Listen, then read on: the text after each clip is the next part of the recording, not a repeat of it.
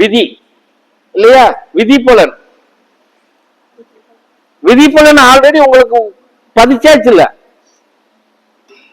இப்ப நீங்க எதிர்பார்க்கறதும் நீங்க முறையிடுறதும் எல்லாம் வந்து விதிப்பலனுக்குள்ள பார்த்து முறையிடுறீங்க.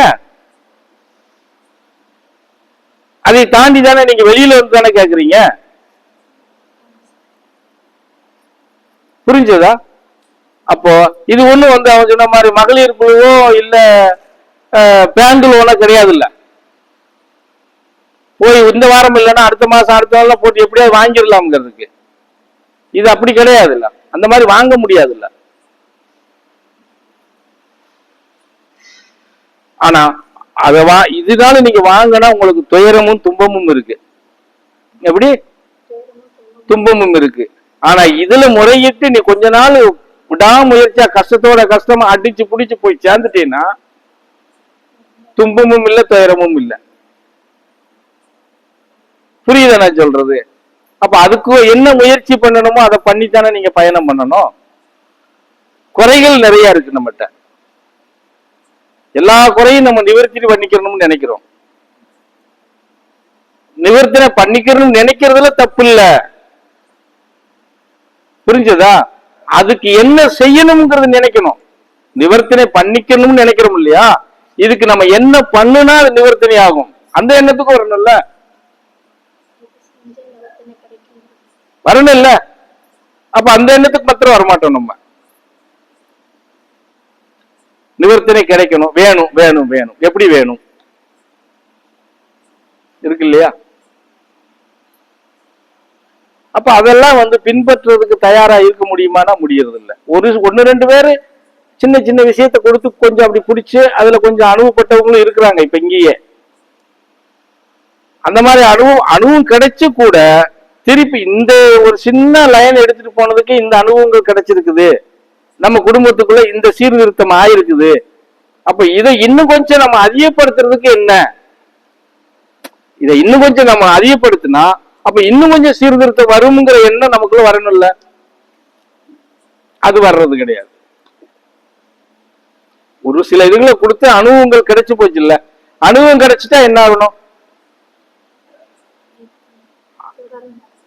தொடரல. இதை விட இன்னும் என்ன பண்ணினால் வந்து நமக்கு இன்னும் இருக்கிறது தீரும். ஏன்னா அதோட நம்ம பிரச்சனை தீர்ந்து போச்சா என்ன? இன்னும் எத்தனையோ இருக்கு இல்லையா? அப்ப அதுக்கு என்ன வழிமுறை? இப்ப இந்த நடைமுறையில நாங்க இது எங்களுக்கு கிடைச்சிருக்கு சாமி, இந்த மாற்றம் வந்திருக்கு. இன்னும் இதை விட பெரிய ஒரு பிரச்சனை வீட்டுல இருக்கு. அதை எப்படி தீர்த்துக்கிறது கேட்டா அதுக்கு வழிமுறை சொல்லி கொடுக்க போறோம். ஏன்னா இதை நீ பண்ணி ஒரு அனுபவத்தை கொண்டு வந்த போற, அதை நீ கொண்டு வந்துடலாம் இல்லையா?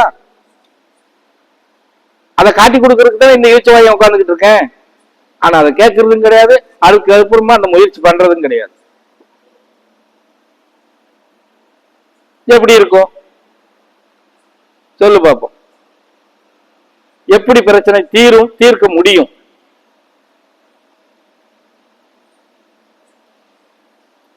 போறோம் ஐயா, நாங்களும் ஒரு சித்தர் வழிபாட்டு தலத்துக்கு பூஜைக்கு போறோம். அவர் சொன்னது மாதிரி எந்த செம்மத்துல உங்கள்ட்ட எல்லாத்துட்டையும் நான் கடை வாங்கி சாப்பிட்டு இருக்கணும், அதுக்காக உங்களை இப்ப வந்து சோறு வாங்கி போட சொல்றேன்னு சொல்லிட்டு போக வேண்டியதான்.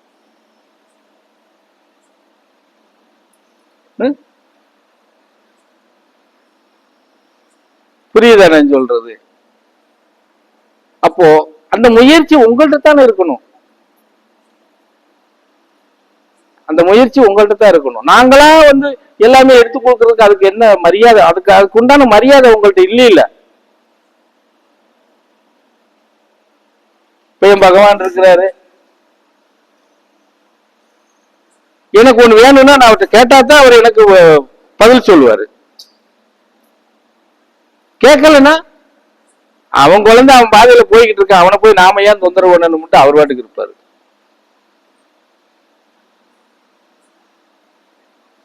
புரிஞ்சதா? இன்னும் சொல்ல போனா இந்த பரதேசிக்கு கிடைச்ச குரு மாதிரி யாருக்கும் கிடைப்பாங்களா அப்படின்னு நான் கனவுல நினைச்சு பார்க்க முடியாது.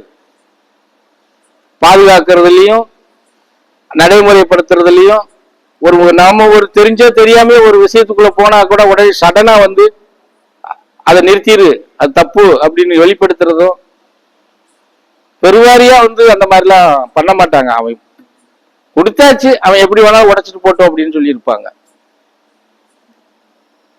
ஆனா இவனுக்கு கிடைச்ச குரு மந்திரம் அப்படி கிடையாது. எல்லா நேரத்திலையும் கண்காணிச்சுட்டு இருக்கிறாங்க. கொடுத்த வேலையை சரியா செய்யறானு பாக்குறாங்க. ஆர்வ கோளாறுல ஏதாவது மாறி போயிடறானா போனா கூட அப்படி சடனா வந்து நம்மள அதை பிரேக் பண்ணிக்கிறாங்க. அப்ப நாமளும் அதை கேட்டுக்கிட்டே இருக்கோம். இது சரியா தப்பா? என்னதான் நீங்க எனக்கு சகல இது கத்து கொடுத்து பரிபூர்ணமான ஆசீர்வாதம் கொடுத்திருந்தா கூட எந்த விஷயத்தையும் நான் கேட்காம செய்ய மாட்டேன். இது செய்ய போறேன், சரியா தப்பா கேட்டுதான் செய்வேன். புரிஞ்சதை நான் சொல்றது. அந்த மாதிரி கேட்கணும் இல்ல. எதுவுமே கேட்க மாட்டீங்க,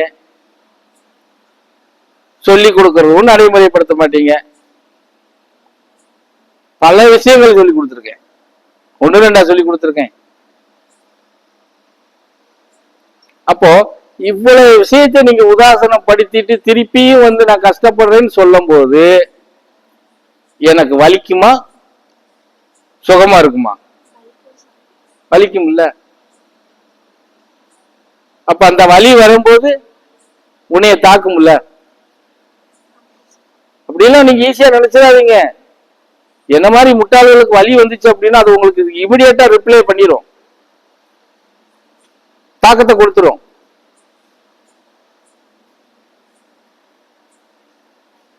நான் வந்து உங்களுக்கு திட்ட வேண்டாம், அடிக்க வேண்டாம், ஒன்னும் செய்ய வேண்டாம். ஏன்னா அவ்வளவு விஷயம் நான் உங்களோட பகிர்ந்திருக்கிறேன்.